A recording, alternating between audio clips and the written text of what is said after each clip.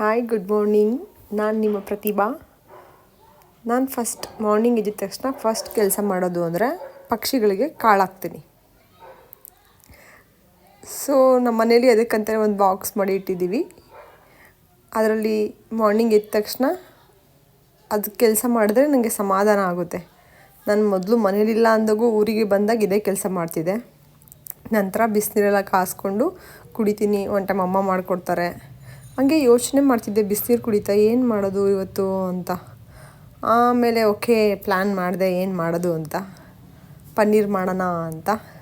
ಆಮೇಲೆ ಮೊಸರನ್ನ ನಾನು ವೀಕ್ಲಿ ಒನ್ಸ್ ಆದ್ರೂ ತಲೆಗೆ ಹಚ್ತೀನಿ. ನನಗೆ ಸ್ವಲ್ಪ ಡ್ಯಾಂಡ್ರಫ್ ಎಲ್ಲ ಕ್ಲಿಯರಾಗಿ ಏರ್ ಸಿಲ್ಕಿಯಾಗಿ ಚೆನ್ನಾಗೆ ಸ್ಮೂತಾಗಿ ಚೆನ್ನಾಗಿರುತ್ತೆ. ಅದಕ್ಕೋಸ್ಕರ ಅಪ್ಲೈ ಮಾಡ್ತೀನಿ ನಾನು ವೀಕ್ಲಿ ಒನ್ ಟೈಮ್.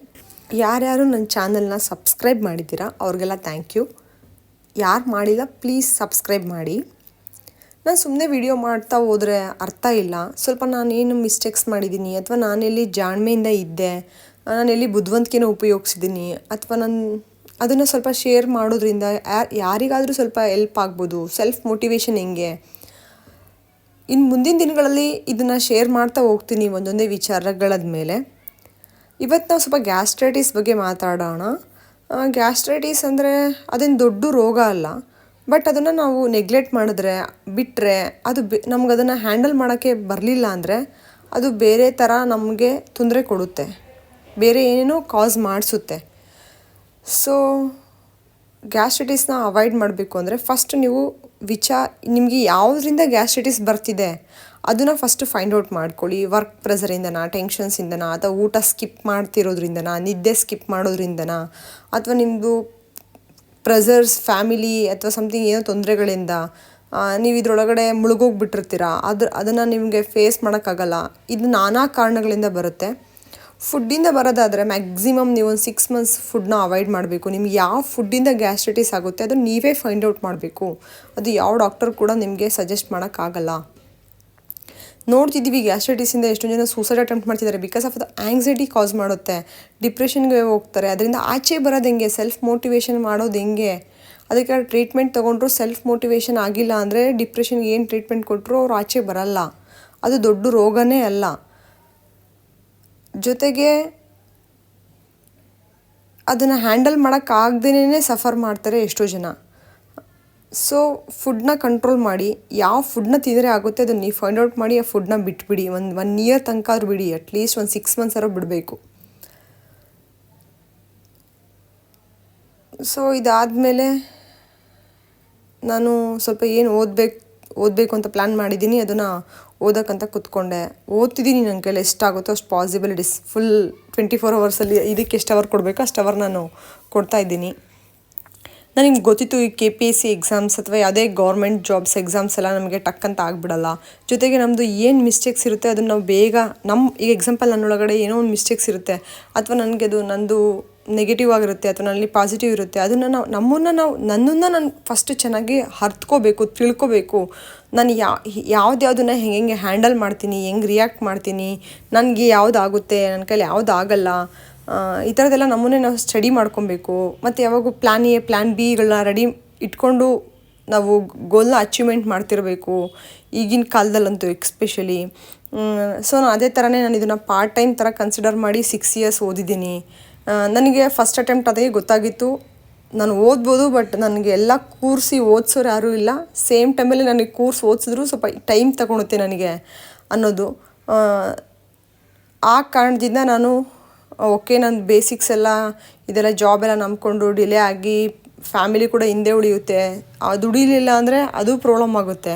ಸೊ ದುಡಿತಾನೆ ಓದೋಣ ಅಂತ ದುಡ್ಕೊಂಡು ಓದ್ತಾ ಬಂದು ಒಂದು ಮನೆ ಕಟ್ಟಿಸ್ಕೊಂಡು ನನಗೆ ಏನೇನು ಬೇಕು ಅದೆಲ್ಲ ಬೇಸಿಕ್ಸ್ ಮಾಡ್ಕೊಂಡ್ವಿ. ಜೊತೆಗೆ ಫ್ಯಾಮಿಲಿ ಸಪೋರ್ಟ್ ಮಾಡ್ಕೊಳ್ತಾ ನನ್ನ ತಮ್ಮ, ಅಮ್ಮ, ಅಪ್ಪ ಎಲ್ಲನೂ. ಅದನ್ನು ಒಂದು ಟೈಮ್ ಮಾತಾಡ್ತೀನಿ, ನೀವು ಹೆಂಗೆ ಅಮೌಂಟ್ನ ಸೇವ್ ಮಾಡ್ಬೋದು, ಹೆಂಗೆ ಗ್ರೋ ಮಾಡಬೇಕು. ನಾನು 18-19 ಏಜಿಂದನೇ ದುಡಿಯೋಕ್ಕೆ ಸ್ಟಾರ್ಟ್ ಮಾಡಿದೆ. ಅದೆಲ್ಲ ಹೆಂಗೆ ಮಾಡ್ತಾ ಹೋದೆ ಅದೆಲ್ಲ ಶೇರ್ ಮಾಡ್ತೀನಿ. ನಂತರ ಇದೆಲ್ಲ ಓದ್ಕೊಂಡು ಕೂತ್ಕೊಂಡು ಓದಿದ್ದು ಕಂಪ್ಲೀಟ್ ಆಯಿತು. ಅದಾದಮೇಲೆ ಪನ್ನೀರ್ ಮಾಡೋಣ ಅಂತ ಪ್ಲ್ಯಾನ್ ಮಾಡಿದ್ದೆ ಅಲ್ಲ, ಅದಕ್ಕೆ ರೆಡಿ ಮಾಡೋದು ಅಂತ ರೆಡಿ ಆದೆ. ಇದ್ರ ಜೊತೆಗೆ ಇನ್ನೊಂದು ವಿಷಯ ಅಂದರೆ ಎಲ್ಲರೂ ಪೇರೆಂಟ್ಸ್ನ ಚೆನ್ನಾಗಿ ನೋಡ್ಕೊಳ್ಳಿ, ನಿಮ್ಮ ಫ್ಯಾಮಿಲಿನ ಕಾಪಾಡ್ಕೊಳ್ಳಿ. ಪೇರೆಂಟ್ಸ್ಗೆ ಏನೋ ನೀಡ್ಸ್ ಇರೋಲ್ಲ ಮ್ಯಾಕ್ಸಿಮಮ್ ಪಾಪ ಅವ್ರು ನಮ್ಗೆ ಇಷ್ಟೆಲ್ಲ ಸ್ಯಾಕ್ರಿಫೈಸ್ ಮಾಡಿರ್ತಾರೆ. ಅವ್ರಿಗೊಂದು ಮೆಡಿಕೇಷನ್ಸು, ಅವ್ರಿಗೊಂದು ಒಳ್ಳೆ ಬಟ್ಟೆ, 3 ಹೊತ್ತು ಊಟ.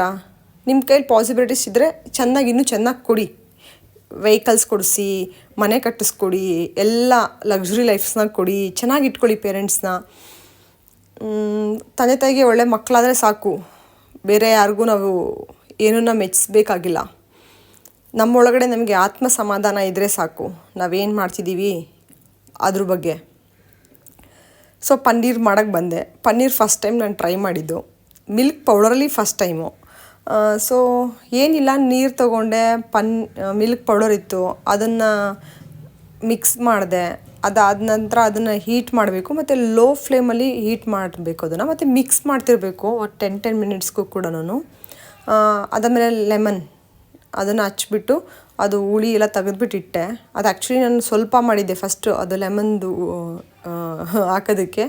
ಆಮೇಲೆ ಗೊತ್ತಾಯಿತು ಅದು ಎಲ್ಲ ಫುಲ್ಲು ಅದು ಪನ್ನೀರ್ ಆಗಲಿಲ್ಲ. ಆವಾಗ ನಾನು ಮತ್ತು ಇನ್ನೊಂದು ಸ್ವಲ್ಪ ಒಂದು ಜಾಮೂನ್ ಬಟ್ಲು ಫುಲ್ ಬೇಕು, ನಾನು ತೊಗೊಂಡಿರೋ ಜಾಮೂನ್ ಬಟ್ಲು ಅಷ್ಟು ಫುಲ್ ಬೇಕು, ಇಷ್ಟು ಹಾಲಿಗೆ ಆ್ಯಡ್ ಮಾಡಿ ಮಿಕ್ಸ್ ಮಾಡಿ ಆ ಗ್ಯಾಪಲ್ಲಿನೇ ಸ್ವಲ್ಪ ಪಾತ್ರೆಗಳಿತ್ತು ತೊಳೆದ್ಬಿಟ್ಟೆ. ಲೈಫಲ್ಲಿ ಹಂಗೆ ಗ್ಯಾಪಲ್ಲೇ ಎಲ್ಲ ಮಾಡಿಬಿಡ್ಬೇಕು ನಾವು. ಅದನ್ನೇ ಮಾಡ್ತೀನಿ ಅಂತ ರಿಸರ್ವ್ ಆಗಿ ಯಾವತ್ತೂ ಕುತ್ಕೋಬಾರ್ದು ಜೀವನದಲ್ಲಿ. ಸೊ ಹಾಗೆ ಪನ್ನೀರ್ ರೆಡಿ ಆಯಿತು. ಅದನ್ನು ಸ್ವಲ್ಪ ತಣ್ಣಗೆ ಹಾಕಿ ಬಿಟ್ಟಾದಮೇಲೆ ಅದು ಸ್ವಲ್ಪ ಇದು ವೈಟ್ ಬಟ್ಟೆ ಅದ್ರಲ್ಲಿ ತಗೊಂಡು ವಾಟ್ರೆಲ್ಲ ಇರುತ್ತಲ್ಲ ಅದೆಲ್ಲ ಹೋಗೋಕ್ಕೆ ಸೋಸ್ಕೋಬೇಕು. ಅದನ್ನು ಅದು ಹೆಂಗೆ ಬರುತ್ತೋ ನನಗೂ ಒಂದು ಸ್ವಲ್ಪ ಭಯ ಇತ್ತು, ಬರಲ್ಲ ಈ ಥರ ಎಲ್ಲ ಅನ್ನಿಸ್ತಿತ್ತು. ಯಾಕಂದರೆ ನಾನು ಲೆಮನ್ ಜ್ಯೂಸ್ ಕಮ್ಮಿ ಹಾಕ್ಬಿಟ್ಟಿದ್ನಲ್ಲ ಅದಕ್ಕೇನೆ. ಆಮೇಲೆ ಮತ್ತೆ ಹಾಕಿದೆ, ಅವಾಗ ಬಂತು. ಮತ್ತು ನಮ್ಮ ಅಮ್ಮನ ಹತ್ರ ಎಲ್ಲಿ ಬೈಸ್ಕೊತೀನೋ ವೇಸ್ಟ್ ಮಾಡಿ ಅಂತ. ಆಮೇಲೆ ಅದನ್ನು ವೈಟ್ ಬಟ್ಟೆಗೆ ಹಾಕಿ ಫುಲ್ ಅದು ವಾಟ್ರೆಲ್ಲ ಹೋಗಬೇಕು, ಸ್ವಲ್ಪ ನಾವು ಪ್ರೆಸ್ ಮಾಡಿ ತೆಗಿಬೇಕು. ಅದಾದಮೇಲೆ ಒಂದು ಪ್ಲೇಟ್ಗೆ ನಾನು ಟ್ರಾನ್ಸ್ಫರ್ ಮಾಡಿಬಿಟ್ಟು ಅದನ್ನು ಫುಲ್ ಸ್ಪ್ರೆಡ್ ಮಾಡಿದೆ. ಸ್ಪ್ರೆಡ್ ಮಾಡಿಬಿಟ್ಟು ಒಂದೇನಾದ್ರು ವೆಯ್ಟ್ ಇಡಬೇಕು ಅದ್ರ ಮೇಲೆ. ನಂದು ರತ್ತುಡಿ ಮಣೆ ಅಂತೀವಲ್ಲ, ಆ ಮಣೆನೇ ಇತ್ತು. ಅದು ಪ್ಲೇಟಿಗೆ ಕರೆಕ್ಟಾಗಿ ಸೈಜಿಗೆ ಕುತ್ಕೊಳೋ ಥರ ಅದು ಇಟ್ಬಿಟ್ಟು ವೆಯ್ಟ್ ಇಟ್ಬಿಟ್ಟು ಪನ್ನೀರ್ ರೆಡಿ ಆಯಿತು. ಆಮೇಲೆ ಒಂದು 2-3 ಅವರ್ಸ್ ಆದಮೇಲೆ ಅದನ್ನು ಫುಲ್ ತಟ್ಟೆ ಉಲ್ಟಾ ಮಾಡಿಬಿಟ್ಟು ಕಟ್ ಮಾಡಿಬಿಟ್ಟು ಪನ್ನೀರ್ ಫ್ರೈ ಮಾಡಿದೆ. ಏನೇನೋ ಇಲ್ಲಿ ಇರಲಿಲ್ಲ ಇಂಗ್ರೀಡಿಯೆಂಟ್ಸ್ ಎಲ್ಲ, ಇದ್ದಿದ್ರಲ್ಲೇ ಏನೇನೋ ಹಾಕಿ ಮಾಡಿದೆ. ತಿಂದೆ, ಟೇಸ್ಟ್ ಚೆನ್ನಾಗಿತ್ತು.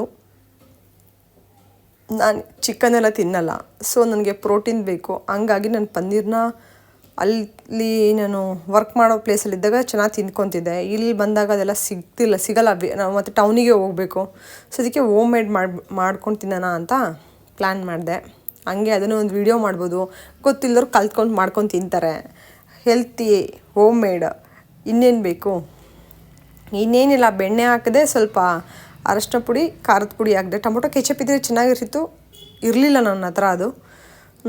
ಮತ್ತು ಸ್ವಲ್ಪ ಸಾಲ್ಟ್ ಹಾಕಿ ಪನ್ನೀರ್ ಕಟ್ ಮಾಡಿರ್ತೀವಲ್ಲ ಅದನ್ನು ಹಾಕ್ಬಿಟ್ಟು ಫ್ರೈ ಮಾಡಿದೆ. ಟೇಸ್ಟ್ ಕೂಡ ಚೆನ್ನಾಗಿ ಬಂದಿತ್ತು. ಇನ್ನೂ ಬೇರೆ ಬೇರೆ ರೆಸಿಪಿ ಮಾಡ್ತೀನಿ ಪನ್ನೀರ್ ಒಳಗಡೆ. ತುಂಬ ಇದೆ ಪನ್ನೀರ್ ನನ್ನ ಹತ್ರ. Thank you. ಸಬ್ಸ್ಕ್ರೈಬ್ ಮಾಡಿ ಪ್ಲೀಸ್.